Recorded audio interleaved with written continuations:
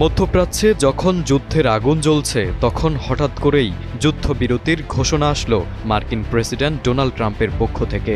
তিনি জানিয়েছেন ইরান ও ইসরায়েল সম্পূর্ণ যুদ্ধবিরতিতে সম্মত হয়েছে এবং সেটি কার্যকর হবে মাত্র ৬ ঘন্টার মধ্যে। এই ঘোষণায় অনেকেই স্বস্তি খুঁজে পেলেও বাস্তবতা আসলে ভিন্ন। ইরানের পক্ষ থেকে প্রতিবাদ জানানো হয়েছে ট্রাম্পের এই ঘোষণার বিরুদ্ধে। তারা বলছে যুদ্ধবিরতিতে রাজি হওয়ার বিষয়টি একেবারেই মিথ্যা ও ভিত্তিহীন।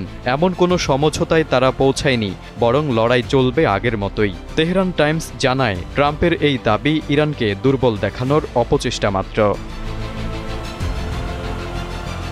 ইরানের শীর্ষ এক কর্মকর্তা বলেন, আমরা এখন পর্যন্ত যুদ্ধবিরতির কোনো প্রস্তাব পাইনি, আর আমাদের সেই প্রস্তাবের প্রয়োজনও নেই।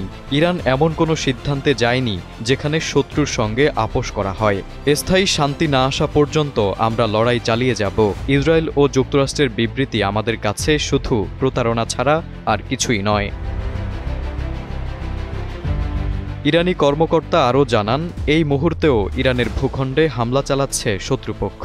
তাই এখন কোনো যুদ্ধবিরতির সময় নয়, বরং এটি এমন একটি মুহূর্ত যখন ইরানকে আরও একতাবদ্ধ হয়ে প্রতিরোধ গড়ে তুলতে হবে। অন্যদিকে ট্রাম্প নিজের সামাজিক মাধ্যম ট্রুথ সোশ্যালে দাবি করেন ইরান ও ইসরায়েল যুদ্ধবিরতিতে রাজি হয়েছে, সামরিক অভিযান গুটিয়ে নিচ্ছে। কিন্তু ইরান এই ঘোষণাকে ট্রাম্পের আরও একটি মিথ্যাচার বলেই আখ্যা দিয়েছে। ফলে যুদ্ধবিরতির সম্ভাবনার বদলে নতুন করে উদ্বেগ ছড়িয়ে পড়ছে বিশ্বব্যাপী। তারেক আজিজ, সময়ের আলো।